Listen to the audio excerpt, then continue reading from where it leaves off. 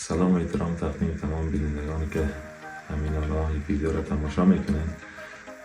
ایدریس کبیر هستم با یک ویدیو جدید و ساعت است 8 صبح. ما آماده شدیم و میرم بخیر طرف پانتون بعد از رخصتی های تقریبا 1.5 ماه. امروز اولین روز از سمستر دوم است در دانشگاه. دیگه بریم ببینیم که اولین روز از دانشگاه چطور خواهد بود. با ما باشیم.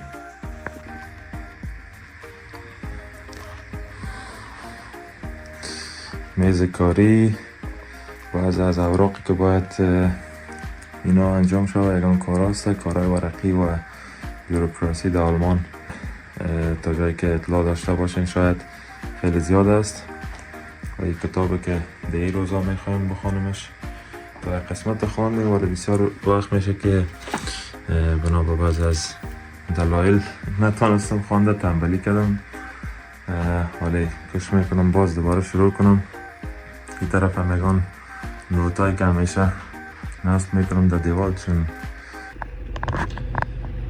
دوستای عزیز، ما از پیش خانه معمولا تا ترن استیشن یا همون ایستگاه قطار شهر ما همراه بایسکل میرم روزایی که هوا خوب باشه، ولی امروز یک کم ناوقت‌تر شده باید ترین سر وقت بگیرم، از اون خاطر همراه با موتر میریم، موتر رو پارک میکنیم و بعدا همراه قطار میریم به طرف دانشگاه. ولی دوستان موتر اینجا پارک کردیم و فعلا میریم طرف ایستگاه قطار. دمی نزدیکی هست، باید قطار رو در ظرف 5 دقیقه دیگه بگیرم و از تقریبا 20 تا 25 دقیقه دیگه همراه با قطار میرم تا که به پانتون برسم. با ما باشین.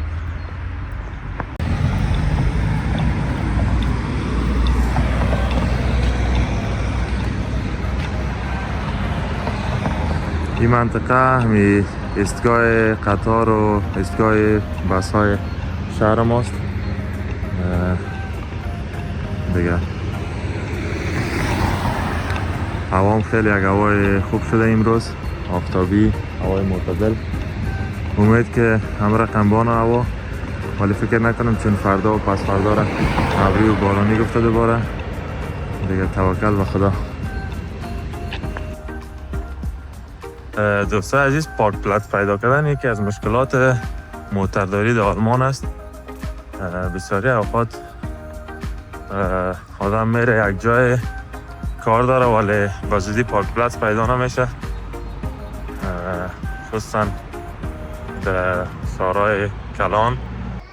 ولی ما طالع کردم یک جای بسیار خوب برای پارکینگ پیدا کردم، رایگان دیگه. حالم داخل استیشن هستم و میرم از جب ترین میگیرم.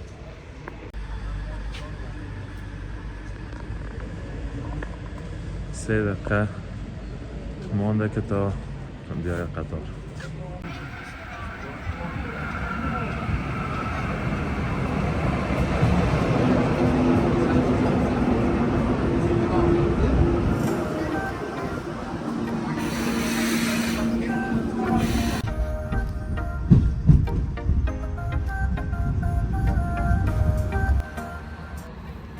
هر بار که از طرف شهر بان و طرف شهر کلن همراه با قطارهای شهری حرکت میکنم، در مسیر راه فابریکات بزرگ صنعتی و تجارتی را میبینم و این فابریکات مرا به یاد فابریکات افغانستان مثل فابریکه بزرگ سمنت غوری یا فابریکات سیلو در مزار شریف کابل، با خصوص فابریکه کدورق می اندازه، چرا که ما در افغانستان در نزدیکی فابریکه کدورق زندگی میکردیم در شهرک رایشی کدورق و هر بار که این فابریکا را میبینم مرا به یاد فابریکات کدورق میندازه، چون که خیلی شباهت داره با فابریکات و خصوصا همین بخش از فابریکه که از طرف بالا و پایین جریان دارد مثل یک شرشره یا فواره آب، مرا به یاد فابریکات کدورق اندازه، چرا که همین سیستم در فابریکات کدورق هم وجود داشت.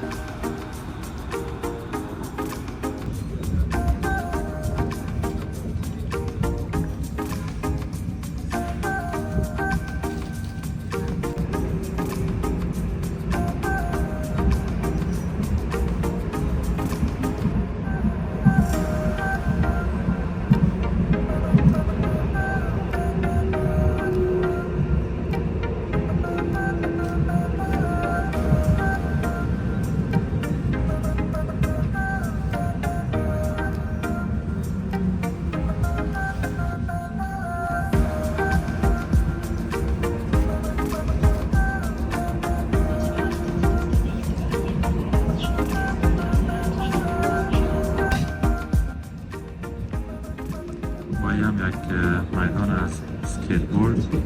اینجا معمولا جوانان میان و اسکیت بوردینگ میکنن. این طرفش هم میدان بیچ والیبال و یا هم والیبال ساحلی. ما هم نزدیک دانشگاه ایستادیم فعلا. فقط در مقابل دریای ایران این طرف سرک یعنی دانشگاه ماست که بعدا از نزدیک خواهد دیدیم.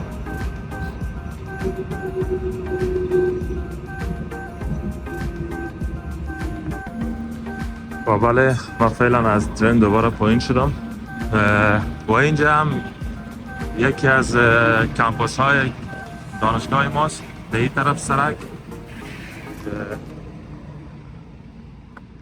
یگانه کمپوس نیست ای و یگانه تعمیر پانتون و این مقابل این سمت سرک که میبینید این هم یکی از کمپوس های ماست. دانشگاه اسمش ته کلن است یا تشنش هوخشوله کلن و کمپوس ما و یا همون تعمیری که ما در او درس میخوانیم یک 5 دقیقه پیاده‌گردی از این منطقه داره در قسمت پشت سر همین تعمیر است. دوستا یک موضوع یادم آمد خواستم همراهتان شریک بسازم برای جوانانی که میخوان در آلمان تحصیل کنن درس بخونن، فرق نمیکنه لیسانس یا ماستری، باید به یک سطح از زبان حاکمیت داشته باشن و همون سرتیفیکتش داشته باشن. سطح زبان باید تا لیول C1 و یا C1 برسانن و این سرتیفیکت هم میتونن از مؤسسات مثل تست دف و یا گویت سرتیفیکت که این دو سند برای اشخاص هست که از خارج از آلمان اپلای میکنن برای ماستری یا دوره لیسانس در آلمان و برای اشخاصی که در داخل آلمان هستن، افغانایی هستن و یا ایرانی ها، تاجیکی هایی که در آلمان زندگی میکنن آمدن و فعلا میخوان ادامه تحصیل بدن، اونا میتونن از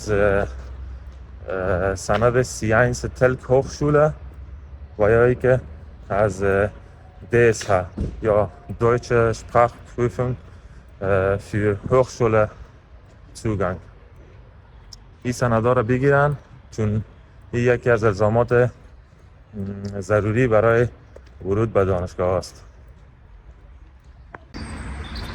و ما هم نزدیک شدم فعلا به تعمیر دانشکده خود ما که کمپوس زودشتت اسم از این کمپوس است و در این کمپوس معمولا دانشکده های در بخش اقتصاد، مدیریت، تجارت، اقتصاد بین الملل، روابط عامه، بعض از بخش های آیتی و تکنولوژی هم در این کمپوس درس میخوانند و این هم اسم دانشگاه تکنولوژی آرت ساینس تهکل و یا در آلمانی میگن تشنیش هوخشوله کلن.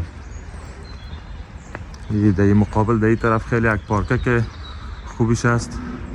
فعلا هنوز درخت ها سبز نشده دیگه، فصل بهار شروع شده، آستا آستا این منطقه خیلی مقبول میشه.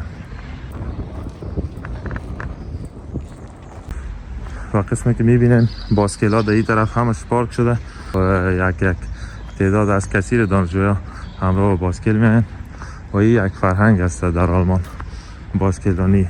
حتی اساتید، پروفسورها تمامشان همراه باسکل میان سر کار، وظیفه و یا درس خود.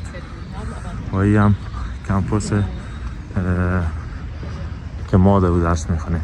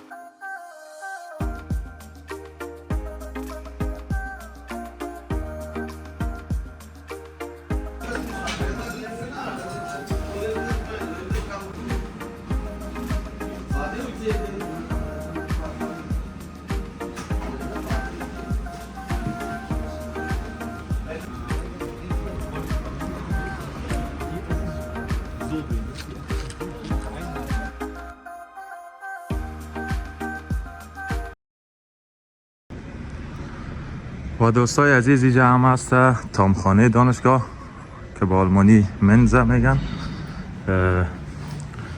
معمولا ساعت 12:30 الی 2 بجه تامخانه می باشن که منوی غذایی میشه دمی تلویزیون ها میمانن که شاگردات دیده بتانه که هر روز در منوی غذایی چی است.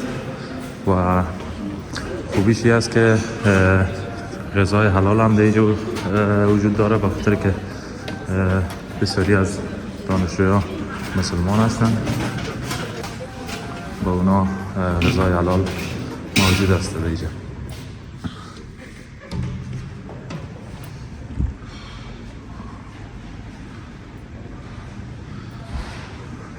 فعلا فکر کنم وقت توزیع نان تمام شده و فقط به این بخشی که بخش ویگن است، از اینجا آدم میتونه خودش ویگیتریش یا ویگن اما معمولا چیزای سلات و سبزیجات میباشه، او را خود آدم میتونه بگیره و صرف کنه.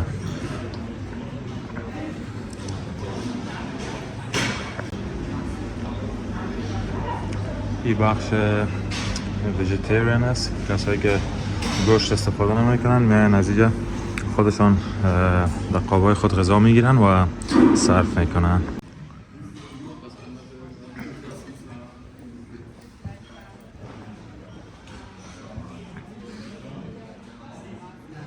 و بله فعلا ساعت از 4:30 و ما هم از درس خلاص شدم امیاله.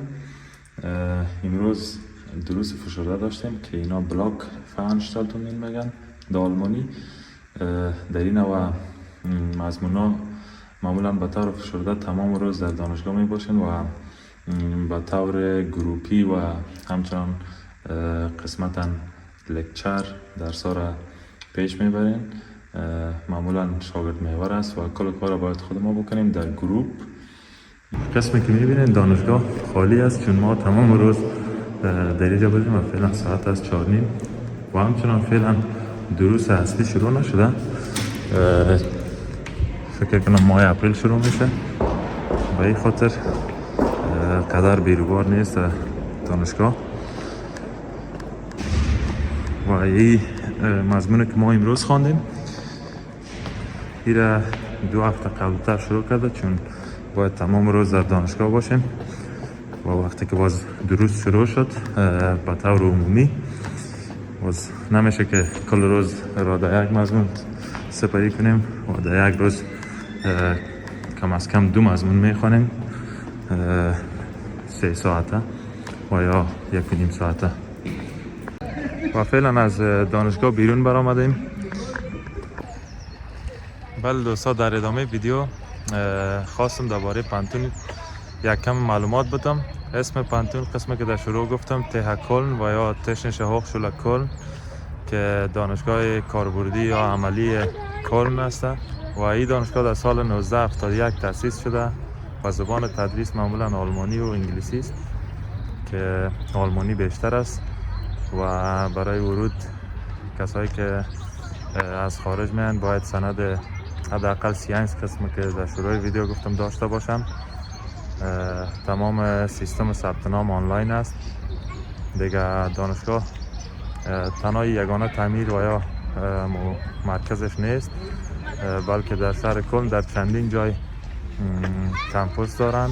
در این دانشگاه بیشتر از 100 رشته تحصیلی تدریس میشه و رشته های تحصیلی در این دانشگاه از قبیل بخش کامپیوتر و آیتی، بخش مهندسی، اقتصاد مدیریت، دیزاین و هنر و در بخش ارتباطات و سوشال میدیا، یعنی در بخش مختلف اینجا تدریس میشه در مقطع لیسانس و فوق لیسانس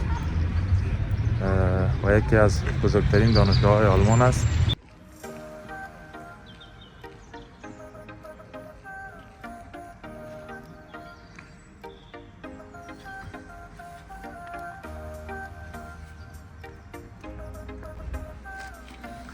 قسمی که میبینین دوستان در آلمان یک قسم از الماری ها است، کتابخانه های کوچک میگن اینا را و اشخاص میای اینجا کتابایی که خواندن و ضرورت ندارن به قسم تحفه میمانن و کسایی که همین کتابا را بعداً ضرورت دارن میتونن که از اینا استفاده کنن بخونن، ولی دوباره باید آورده همینجا بانن.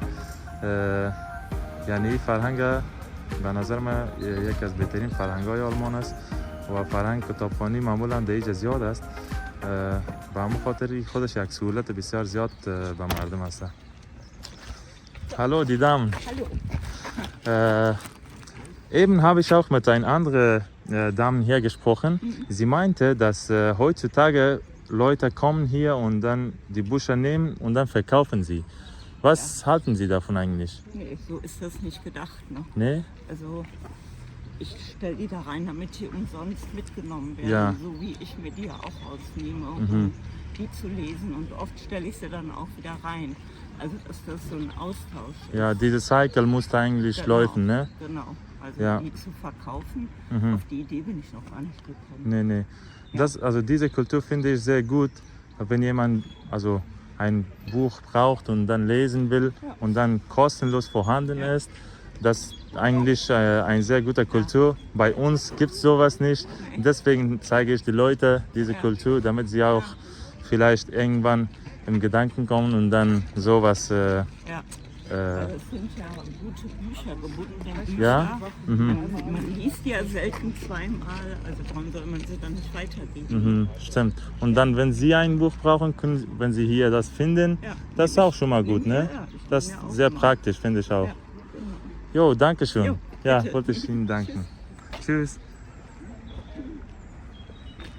و بله دوستا، قسمی که دیدین اینجا یک خانم آلمانی کتابای خود گذاشت و قبل از او یک خانم دیگه استاد بود. او برای ما گفت که فعلا بعض از اشخاص هستن که کتابا رو میارن از اینجا میگیرن و او را دوباره میفروشن، یعنی از این طریق پول پیدا میکنن. باز من خواستم از این خانم هم پرسان کنم که این موضوع آیا حقیقت داره یا نداره، که خانم هم گفت که این یک کار خوب نیست، به خاطر که مردم که میاین و ایرا میمانن به همین هدف میمانن که یک کس دیگه به طور رایگان از این استفاده بتونه و بخونه و وقتی که ضرورت نداشت دوباره آورده بانه ایجا که یک شخص دیگه از او استفاده بتونه. و در ادامه پرسان کردم از پیش که می کلچر و همه کلتوری که شما دارین خیلی خوب است و اگه این کلتور در افغانستان و یا کشورهای ما و شما هم باشه که کتاب رایگان بتونیم بگیریم و کسی که ضرورت نداره بیای کتاب خود بانه و در مجموع کلچر کتابخوانی خیلی خوب خواهد شد. و این هم کمپوس دومی دانشگاه است که کتابخانه هم در این کمپوس است و میریم فعلا کتابخانه را یک بار میبینیم.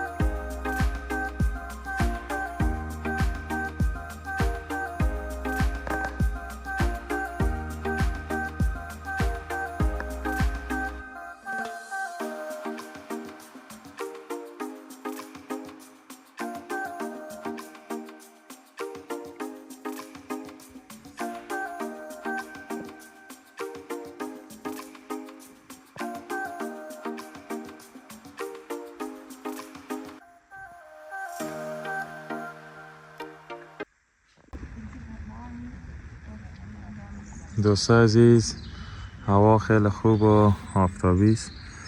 ما هم همینجا آمدم که دستان پانتون بشینم و یک کم کار دارم او را باید انجام بدم. برای یک نیم ساعت ما همینجا دستان اولی پانتون درس میخوانم و یک کم کار دارم او را باید انجام بدم. تشکر از اینکه ویدیو را تا آخر تماشا کردین. صحت و سلامتی کامل برای همه شما میخوایم. خدا نگهدار شما.